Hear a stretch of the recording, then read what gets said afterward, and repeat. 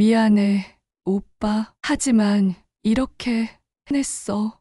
가장 사랑했던 아내의 차가운 목소리가 의식을 잃어가는 저에게 마지막으로 들려온 말이었습니다. 2년 반 후 저는 모든 기억을 되찾았고 완벽한 복수를 시작했습니다. 진한 이야기 시작 전에 구독과 좋아요 부탁드리며 지금 어디에서 시청하고 계시는지 댓글로 남겨주세요. 여러분의 생각도 함께 남겨주세요. 시작하겠습니다. 눈을 뜨는 순간 천장에 하얀 형광등이 눈을 찔렀어요. 머리가 지끈거리고 목이 타들어가는 것 같았죠. 여기가 어디인지 지금이 언제인지 전혀 감이 오지 않았습니다. 여보, 깨어났어요? 익숙한 목소리에 고개를 돌리니 소영이가 눈물을 글썽이며 제 손을 잡고 있었어요. 하지만 이상했습니다. 소영이의 손길이 차갑더군요. 마치 얼음장 같았어요. 소영아, 여기가 어디야? 지금 몇 시야? 병원이에요. 여보, 2024년 3월이고요. 당신이 사고를 당한 지 2년 6개월이나 지났어요. 머릿속이 하얗게 변했습니다. 2년 6개월이라고요? 제가 마지막으로 기억하는 건 2021년 9월 회사 임원들과 야유회를 준비하던 때였는데요. 무슨 사고요? 소영이가 눈물을 훔치며 설명했어요. 산불 사고였다고 하더군요. 회사 야유회 중에 갑작스럽게 번진 산불에 휘말려 중화상을 입었다는 거예요. 문이 열리며 준호가 들어왔습니다. 제 사촌 동생이자 회사 법무팀장이죠. 형, 정말 다행이야. 능 걱정하지 마. 내가 다 처리했어. 준호의 표정에서 묘한 안도감이 스쳐 지나가는 걸 봤어요. 왜 안도하는 걸까요? 형이 깨어났으니 기뻐해야 하는 거 아닌가요? 손목을 보니 제가 항상 차고 다니던 스마트워치가 없었어요. IT 업계에서 일하는 저에게 그 시계는 손과 같은 존재였거든요. 내 시계는 어디 있어? 소영이가 서둘러 대답했어요. 고장났나 봐요. 새로 사줄게요. 그때 제 직감이 무언가 이상하다고 속삭였습니다. 소영이의 표정이 너무 급작스럽게 변했거든요. 마치 숨기고 싶은 무언가가 있는 것처럼 말이에요. 간호사가 들어와 각종 검사를 했어요. 다행히 뇌에는 이상이 없다고 했습니다. 하지만 제 마음속에는 설명할 수 없는 불안감이 자리 잡기 시작했어요. 형, 많이 힘들었을 텐데 천천히 회복해. 준호가 제 어깨를 두드리며 말했습니다. 그런데 그 손길에서도 진심이 느껴지지 않았어요. 오히려 어색함만 가득했죠. 밤이 되자 소영이는 집에 가서 쉬겠다며 병실을 나갔어요. 혼자 남은 병실에서 창밖을 바라보니 세상이 많이 바뀌어 있더군요. 2년 반이라는 시간이 정말 흘렀구나 실감했습니다. 그런데 계속해서 머릿속에 떠오르는 의문들이 있었어요. 왜 소영이의 손이 그렇게 차가웠을까요? 왜 준호는 제가 깨어나서 안도하는 것 같았을까요? 그리고 왜 제 스마트워치는 사라진 걸까요? 잠을 이루지 못하며 뒤척이던 중 복도에서 들려오는 소영이의 목소리를 들었어요. 네, 깨어났어요. 하지만 아직 아무것도 기억 못하는 것 같아요. 누구와 통화하는 건지 궁금했지만 몸이 아직 회복되지 않아 확인할 수 없었습니다. 다만 소영이의 목소리에 담긴 어떤 긴장감 같은 것은 분명히 느낄 수 있었어요. 일주일 후 드디어 집으로 돌아왔습니다. 하지만 집에 들어서는 순간 충격을 받았어요. 완전히 다른 집이었거든요. 벽지부터 가구까지 모든 게 바뀌어 있었습니다. 그런데 가장 이상한 건 제 사진들이 모두 사라져 있다는 거였어요. 결혼사진, 가족사진, 회사에서 찍은 사진들까지 흔적도 없이 없어져 있었습니다. 소영아, 우리 사진들은 다 어디 갔어? 화재 사고 때문에 트라우마가 될까봐 다 정리했어요. 미안해요. 소영이의 대답은 합리적으로 들렸지만 왜인지 석연치 않았어요. 사진 한 장도 남겨두지 않는다는 게 말이 되나요? 소파에 앉아 주변을 둘러보니 제가 좋아하던 책들도 모두 사라져 있었어요. 대신 제가 전혀 관심 없던 인테리어 잡지들이 책장을 채우고 있더군요. 내 책들은 낡아서 다 버렸어요. 새로 사드릴게요. 점점 이상했습니다. 제가 2년 반 동안 혼수 상태였다고 해서 제 흔적을 이렇게까지 지워버릴 필요가 있었을까요? 다음 날 준호가 찾아왔어요. 회사 상황을 설명해 준다며 서류 가방을 들고 왔더군요. 형이 쓰러진 후 회사 운영이 어려워져서 지분 일부를 정리해야 했어. 하지만 형 몫은 그대로 보호해뒀어. 얼마나 정리했는데. 한 40% 정도? 하지만 여전히 대주주야. 걱정 마. 40%라니요. 제가 평생에 걸쳐 쌓아 올린 회사 지분의 거의 반을 잃었다는 말이었습니다. 가슴이 답답해 왔어요. 누가 인수했어? 몇 개 투자 회사들이 나눠서 가져갔어. 자세한 건 나중에 설명할게. 준호의 설명은 애매했습니다. 구체적인 회사 이름도 거래 조건도 명확하게 말해주지 않더군요.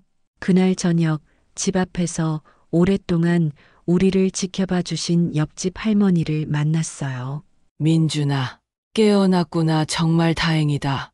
네, 할머니. 그런데 혹시 제가 사고 난 그날 밤에 특별한 일 없었나요?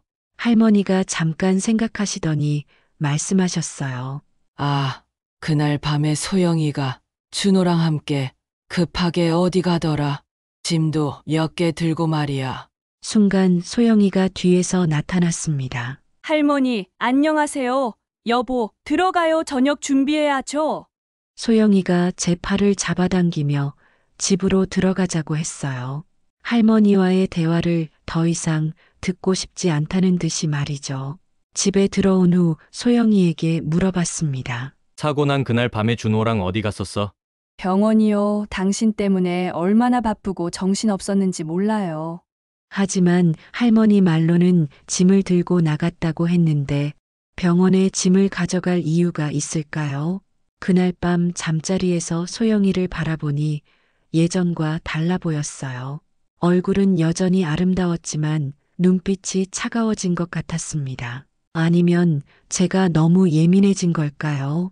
소영아, 나한테 숨기는 거 없지? 무슨 말이에요? 왜 그런 말을 해요? 소영이의 목소리에 살짝 떨림이 있었어요. 그 떨림이 제 의심을 더욱 키웠습니다. 침대에 누워 천장을 바라보며 생각했어요. 사진들이 사라진 것, 책들이 바뀐 것, 회사 지분이 줄어든 것, 그리고 사고 당일 밤 소영이와 준호의 행동. 모든 게 퍼즐 조각처럼 따로따로 흩어져 있지만 분명 연결고리가 있을 거라는 확신이 들었습니다. 다음 주부터 저는 본격적으로 잃어버린 기억을 되찾으려 노력했어요. 의사는 시간이 지나면서 자연스럽게 회복될 거라고 했지만 뭔가 급한 마음이 들었거든요. 사고 당일 기억을 떠올려 보려고 했지만 여전히 흐릿했습니다. 회사에서 야유회 준비를 하던 것까지는 기억나는데 그 이후가 완전히 공백이었어요. 어느 날 소영이가 외출한 사이 집안을 자세히 살펴봤습니다. 제 흔적을 찾기 위해서였죠. 그런데 정말 신기하게도 제가 살았던 흔적이 거의 없더군요. 서재에 있던 제 컴퓨터도 사라져 있었어요. 대신 소영이가 쓰던 노트북만 있더군요. 제가 IT 전문가인데 컴퓨터가 없다니 말이 안 되죠. 소영아, 내 컴퓨터는 어디 있어? 고장나서 버렸어요. 새로 사드릴게요. 또 그 대답이었어요. 뭐든지 고장나서 버렸다는 식으로 말하더군요. 그날 저녁 소영이가 샤워하는 동안 소영이 핸드백을 우연히 보게 됐어요. 핸드백에서 영수증 하나가 바닥에 떨어져 있더군요. 영수증을 집어보니 깜짝 놀랐습니다. 고급 보석점에서 다이아몬드 목걸이를 구매한 영수증이었는데 금액이 무려 800만 원이었어요. 더 충격적인 건 구매 날짜였습니다. 2022년 12월 제가 혼수 상태였던 기간이었거든요. 소영이가 샤워를 마치고 나오자 영수증을 보여줬어요. 이게 뭐야? 소영이의 얼굴이 순간 굳었지만 금세 밝게 웃으며 대답했어요. 아, 그거요? 준호 오빠가 형 쾌유를 위해 선물해 준 거예요. 쾌유를 위해 다이아몬드 목걸이를? 네, 제가 힘들어하니까 격려 차원에서요. 뭔가 이상했지만 더 이상 추궁하지 않았어요. 하지만 마음속 의심은 더욱 커져갔습니다. 며칠 후 화장실에 가려고 복도를 지나가는데 소영이의 통화 소리가 들렸어요. 문이 살짝 열려 있어서 소리가 새어나오고 있었거든요. 아직 기억 못하는 거 확실하지? 심장이 쿵 내려앉았어요. 누구와 통화하는 건지, 무엇을 기억 못한다는 건지 궁금했습니다. 걱정 마. 그때 그 장소는 완전히 불타서 증거가 남아있을 리 없어. 증거라고 했어요. 무슨 증거를 말하는 걸까요? 그리고 어떤 장소가 불탔다는 걸까요? 소영이의 목소리가 점점 작아져서 더 이상 들을 수 없었어요. 화장실에 다녀와서 아무 일 없었다는 듯이 소영이에게 다가갔습니다. 누구랑 통화했어? 언니요, 오랜만에 안부 물어봤어요. 또 거짓말이었어요. 소영이는 외동딸인데 언니가 어디 있나요? 그날 밤 잠들기 전까지 계속 생각했어요. 소영이와 준호가 저한테 숨기고 있는 게 분명히 있다는 확신이 들었습니다. 그리고 그것은 제가 당한 사고와 관련이 있을 거라는 생각이 들었어요. 침대에 누워 있는데 소영이가 잠든 척하면서 몰래 핸드폰으로 누군가에게 문자를 보내는 걸 봤어요. 새벽 2시에 누구에게 문자를 보내는 걸까요? 제 마음속에 의심의 씨앗이 점점 자라나고 있었습니다. 가장 사랑하고 신뢰했던 아내와 동생이 저를 속이고 있다는 생각이 들기 시작했어요. 하지만 아직은 확신할 수 없었습니다. 좀 더 확실한 증거가 필요했어요. 더 이상 가만히 있을 수 없었어요. 본격적인 조사를 시작하기로 했습니다. 먼저 제 과거 흔적을 찾아야 했어요. 다행히 지하 창고에서 제가 오래전에 쓰던 오래된 노트북 하나를 찾았습니다. 소영이가 미처 발견하지 못한 것 같더군요. 먼지를 털어내고 전원을 켰는데 다행히 작동했어요. 노트북에는 제 개인 파일들이 그대로 남아 있었습니다. 가장 먼저 확인한 건 온라인 뱅킹 기록이었어요. 제가 여러 은행에 계좌를 만들어 둔 게 있었거든요. 로그인해서 거래 내역을 확인하는 순간 온몸에 소름이 돋았어요. 사고 전날인 2021년 9월 14일 제 주거래 계좌에서 거액이 이체된 기록이 있었거든요. 첫 번째 이체 5억 원, 이체 대상은 소영이 계좌였어요. 두 번째 이체 3억 원, 이체 대상은 준호 계좌였습니다. 손이 떨렸어요. 총 8억 원이 제가 의식을 잃기 하루 전에 이체됐다는 거잖아요. 저라면 절대 그런 거액을 한 번에 이체하지 않았을 텐데요. 더 충격적인 건 그 다음이었어요.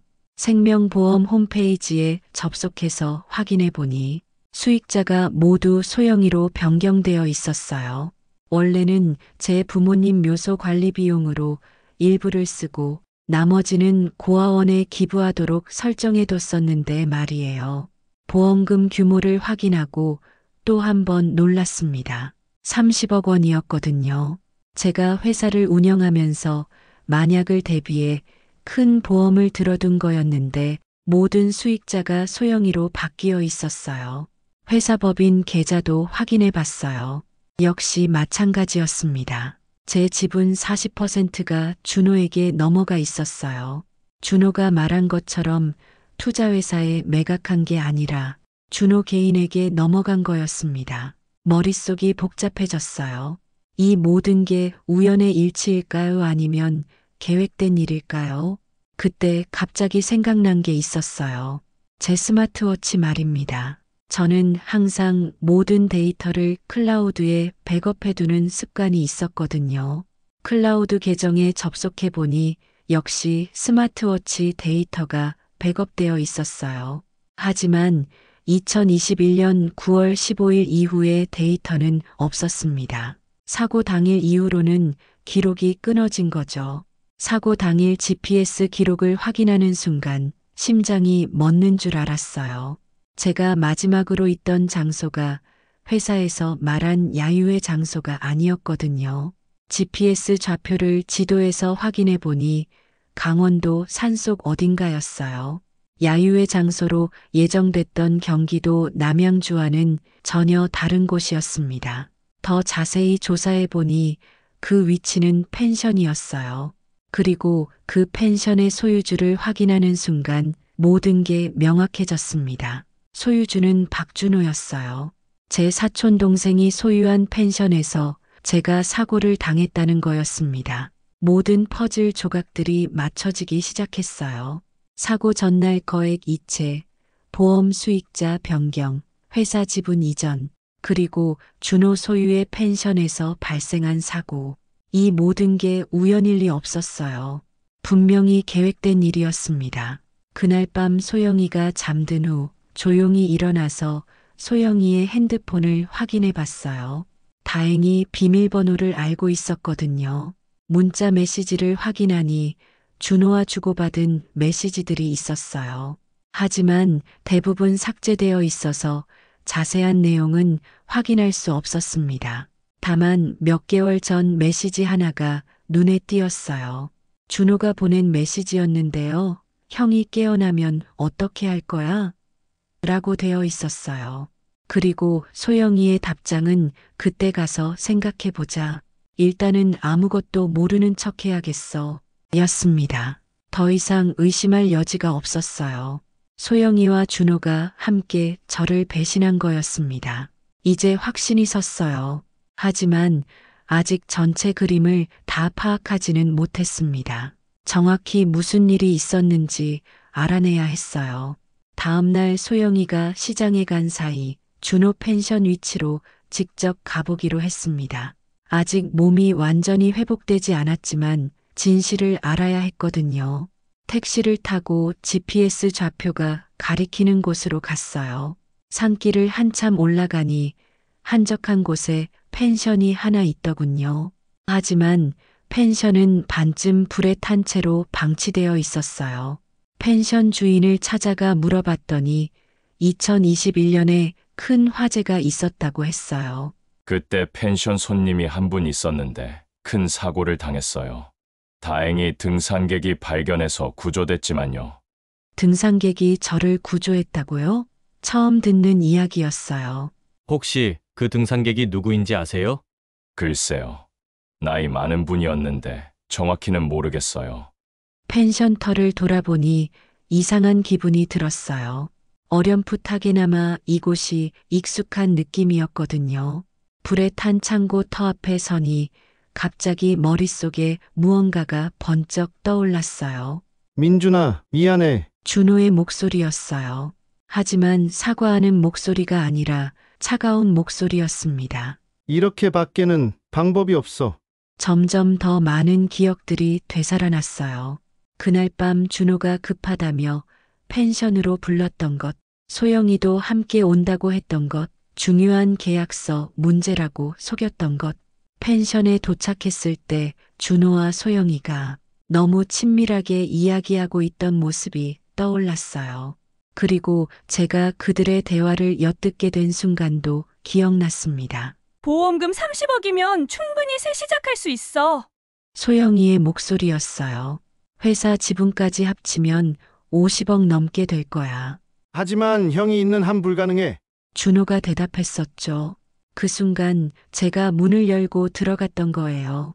너희가 뭐 하는 거야? 두 사람이 깜짝 놀라며 돌아봤던 그 표정이 생생하게 떠올랐습니다. 소영이의 얼굴은 새하얗게 질려 있었고 준호는 당황한 기색을 숨기지 못했어요.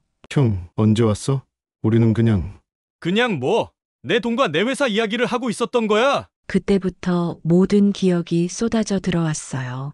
제가 두 사람을 추궁했고 처음에는 발뺌하던 그들이 결국 자백했던 것까지 모두 기억났습니다. 오빠, 미안해요. 하지만 우리도 살아야죠. 소영이가 울면서 말했어요. 형은 이미 충분히 가진 거잖아. 우리도 조금 나눠 가지면 안 돼? 준호도 자신을 합리화하려고 했죠. 하지만 가장 충격적이었던 건 그 다음이었어요. 그럼 이혼하자. 그리고 준호, 너는 회사에서 나가. 제가 이렇게 말하니까 두 사람의 표정이 완전히 달라졌어요. 그렇게 쉽게 끝낼 수 있을 거라고 생각해? 소영이의 목소리가 차갑게 변했어요. 이미 서류는 다 준비됐어. 형이 서명만 하면 돼? 준호가 가방에서 서류들을 꺼냈어요. 재산 분할 동의서, 회사 지분 양도서, 심지어 이혼 동의서까지 모두 준비되어 있었습니다. 서명 안 해. 제가 단호하게 거절하니까 준호가 다가왔어요. 형, 어차피 선택권은 없어. 그리고 준비해온 음료를 제게 강제로 먹였어요. 뭘 탄 거야? 수면제야. 형 미안해. 의식이 흐려지면서 쓰러지는 제게 소영이가 다가와 말했어요. 미안해. 오빠 하지만 이렇게 해야만 했어. 그 차가운 목소리가 제가 기억하는 마지막이었습니다. 모든 기억이 되살아난 지금 저는 완전한 진실을 알게 되었어요. 하지만 아직 의문이 하나 남아 있었습니다. 어떻게 제가 살아남을 수 있었을까요? 집으로 돌아와서 더 자세히 조사해 봤어요. 당시 신문 기사를 검색해 보니 산불 사고에 대한 기사가 나오더군요. 강원도 산불 사고, 1명 중상이라는 제목의 기사였어요. 기사 내용을 보니 등산객이 발견해서 구조했다고 되어 있었습니다. 하지만 이상한 점이 있었어요. 구조된 후 어느 병원으로 이송됐는지가 명확하지 않았거든요. 그냥 인근 병원으로 이송됐다고만 되어 있었어요. 그런데 제가 깨어났던 병원은 서울 시내 대형 병원이었습니다. 강원도에서 굳이 서울까지 와서 치료받을 이유가 있었을까요? 더 조사해 보니 놀라운 사실을 발견했어요. 제가 입원했던 병원 기록을 보니 2024년 2월에 입원한 것으로 되어 있었거든요. 사고 난 지 2년 4개월 후였습니다. 그럼 그 2년 4개월 동안 저는 어디에 있었던 걸까요? 그날 밤 소영이가 잠든 후 저는 중요한 결정을 했어요. 직접 당시 구조해 주신 분을 찾아뵙기로 했습니다. 다시 펜션 주변을 수소문해 봤더니 당시 등산 동호회에서 활동하던 분들의 연락처를 얻을 수 있었어요. 몇 군데 전화를 해보니 한 분이 그날 일을 기억하고 있었습니다. 아, 그날 말씀하시는 거군요. 강대수 형님이 구조하셨어요. 강대수라는 이름을 들은 순간 온몸에 전율이 일었어요. 어디서 들어본 이름 같았거든요. 혹시 그분 연락처 알 수 있을까요? 네, 잠깐만요. 연락처를 받아서 바로 전화를 걸었어요. 여보세요? 낮고 따뜻한 목소리였어요. 어디서 들어본 것 같은 목소리였는데 확신이 서지 않았습니다. 안녕하세요. 혹시 2021년에 펜션 화재 현장에서 저를 구조해 주신 분이시죠? 민준아, 드디어 연락하는구나. 민준이라고 불렀어요. 처음 통화하는 사이인데 어떻게 제 이름을 아는 걸까요? 혹시 저를 아세요? 당연하지, 넌 내가 키운 동생이잖아. 순간 머릿속이 하얘졌어요.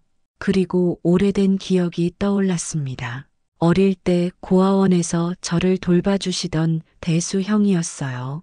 대수, 형? 그래, 민준아, 오랜만이다. 눈물이 나올 것 같았어요. 어릴 때 헤어진 후 연락이 끊어졌었는데 이렇게 다시 만나게 될 줄 몰랐거든요. 형, 그날 저를 구해 주신 거예요? 그렇지, 그런데 직접 만나서 이야기하자. 전화로는 길어. 다음 날 대수 형과 만났어요. 20년 만에 재회였지만 형은 여전히 따뜻한 미소를 지고 있었습니다. 민준아, 많이 컸구나. 형, 그날 무슨 일이 있었던 거예요? 대수 형이 차근차근 설명해 줬어요. 그날 밤 등산을 하던 중에 펜션에 불이 난 것을 발견했다고 해요. 창고 쪽에서 연기가 나고 있어서 확인해 보니 제가 쓰러져 있었다는 거죠. 너를 구조한 후에 병원으로 데려가려고 했는데 뭔가 이상했어. 뭐가 이상했어요? 펜션 주변에 두 사람이 있었거든. 남자 하나, 여자 하나. 그런데 너를 구조하는 걸 보더니 급하게 도망가더라. 소영이와 준호였을 거예요. 그래서 직감적으로 느꼈지. 이 상황이 단순한 사고가 아니라는 걸. 대수 형은 저를 병원이 아닌 자신이 아는 한의사에게 데려가서 치료했다고 했어요. 6개월 동안 의식불명이었어. 하지만 깨어난 후에도 내가 위험할 수 있다고 판단해서 죽은 척 하자고 제안했지. 그래서 제가 2년 반 동안 맞아, 나와 함께 지내면서 상황을 지켜봤던 거야. 놀라운 진실이었어요. 제가 혼수 상태에 있던 게 아니라 대수 형과 함께 숨어서 복수를 준비하고 있었던 거였습니다. 그럼 제가 병원에 입원한 건? 네가 직접 결정한 거야. 이제 복수할 시간이라고 하면서. 모든 기억이 돌아왔어요. 대수 형과 함께 보낸 인연, 그리고 치밀하게 계획한 복수 작전까지 모두 떠올랐습니다. 제가 병원에 입원한 것도 기억상실증, 연기도 모두 계획된 일이었어요. 소영이와 준호가 안심하고 본색을 드러내기를 기다렸던 거였습니다. 이제 본격적인 복수를 시작할 시간이었어요. 며칠 후 제가 소영이와 준호에게 거짓 정보를 흘렸습니다. 소영아, 오늘 회사에서 연락이 왔어. 대기업에서 인수 제안이 들어왔다는데? 소영이의 눈이 반짝였어요. 정말요? 얼마나 된다는데요? 100억 정도 된다고 하던데. 하지만 빨리 결정해야 한다고 하더라. 거짓말이었지만 소영이는 완전히 믿었어요. 그날 저녁 준호가 급하게 찾아왔어요. 형, 그 인수건 진짜야? 응. 근데 법무 검토가 필요하다고 하더라. 내가 좀 봐줄래? 당연히 도와드려야죠. 두 사람 모두 제 함정에 빠져들었어요. 다음 날 준비된 사무실로 소영이와 준호를 불렀습니다. 인수계약 서명을 위해서라고 했죠. 형, 그런데 인수 조건이 좀 이상한데요? 준호가 서류를 보며 의문을 표했어요.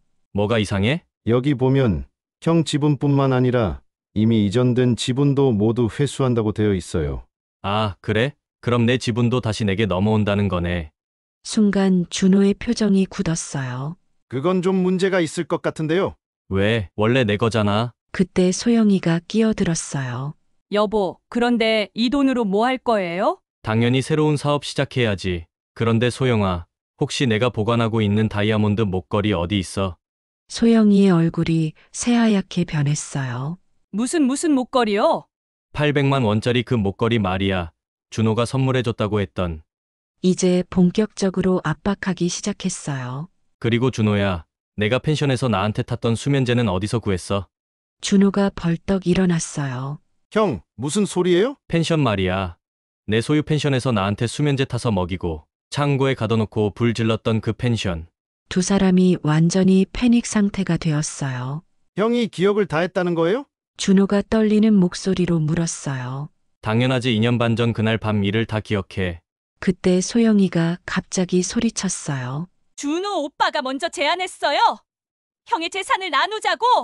뭐라고? 준호가 화를 냈어요. 소영이가 간호사 시절부터 환자들 재산을 노렸던 증거가 있어요. 저는 그냥 이용당한 거예요. 드디어 서로를 배신하기 시작했어요. 거짓말하지 마. 오빠가 보험금 타려면 형이 죽어야 한다고 했잖아. 그건 내가 먼저 말한 거잖아. 새로운 남자 만났으니까 형이 방해된다고. 두 사람이 서로 진실을 폭로하는 모습을 지켜보니 씁쓸했어요. 한때는 가장 사랑하고 신뢰했던 사람들이었는데요. 모든 대화는 녹음되고 있었고 숨겨진 카메라도 모든 걸 촬영하고 있었어요. 완벽한 증거가 확보된 거였죠. 이제 됐어. 제가 말하니 밖에서 경찰이 들어왔어요. 대수 형이 미리 신고해뒀었거든요. 소영 씨, 준호 씨, 살인 미수와 사기 혐의로 체포합니다. 두 사람이 수갑을 차는 모습을 보니 후련했지만 동시에 허무했어요. 이렇게 끝날 줄 알았다면 처음부터 믿지 말았을 텐데요. 재판은 1년간 진행됐어요. 두 사람 모두 자신의 죄를 부인했지만 증거가 너무 명확했죠. 소영이는 살인미수, 사기, 배임 등의 혐의로 15년 실형을 받았어요. 준호는 12년 실형을 받았고요. 재판 과정에서 더 많은 진실이 밝혀졌어요. 소영이는 간호사 시절부터 여러 환자들의 재산 정보를 이용해서 소규모 사기를 저질러 왔다고 했어요. 그리고 준호는 제가 성공한 후부터 계속 열등감과 질투심을 키워왔다는 것도 알게 되었죠. 모든 재산을 되찾은 후 저는 대수형과 함께 새로운 사업을 시작했어요. 범죄 피해자들을 돕는 디지털 포렌식 전문 회사였어요. 민준아, 이번 일로 많이 힘들었지? 괜찮아요. 형, 오히려 진짜 가족이 누구인지 알게 돼서 다행이에요. 대수형은 저보다 10살 많았지만 여전히 어릴 때처럼 저를 돌봐주셨어요. 혈연 관계는 아니지만 진정한 형이자 아버지 같은 존재였죠. 새 회사는 생각보다 잘 됐어요. 저와 같은 피해를 당한 사람들이 많았거든요. 가족이나 친구에게 배신당한 사람들, 사기를 당한 사람들을 도와주는 일이었어요. 특히 디지털 증거 수집에서는 제가 IT 전문가였던 경험이 큰 도움이 됐어요. 삭제된 파일 복구, GPS 추적, 통신 기록 분석 등으로 많은 사건을 해결할 수 있었거든요.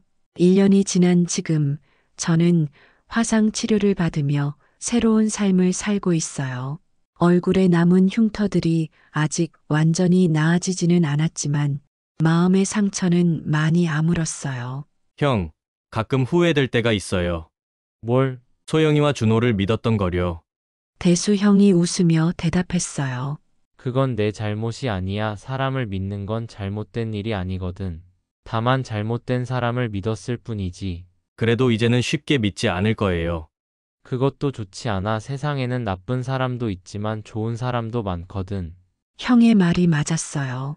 실제로 새 회사에서 만난 직원들과 고객들 중에는 정말 좋은 사람들이 많았거든요.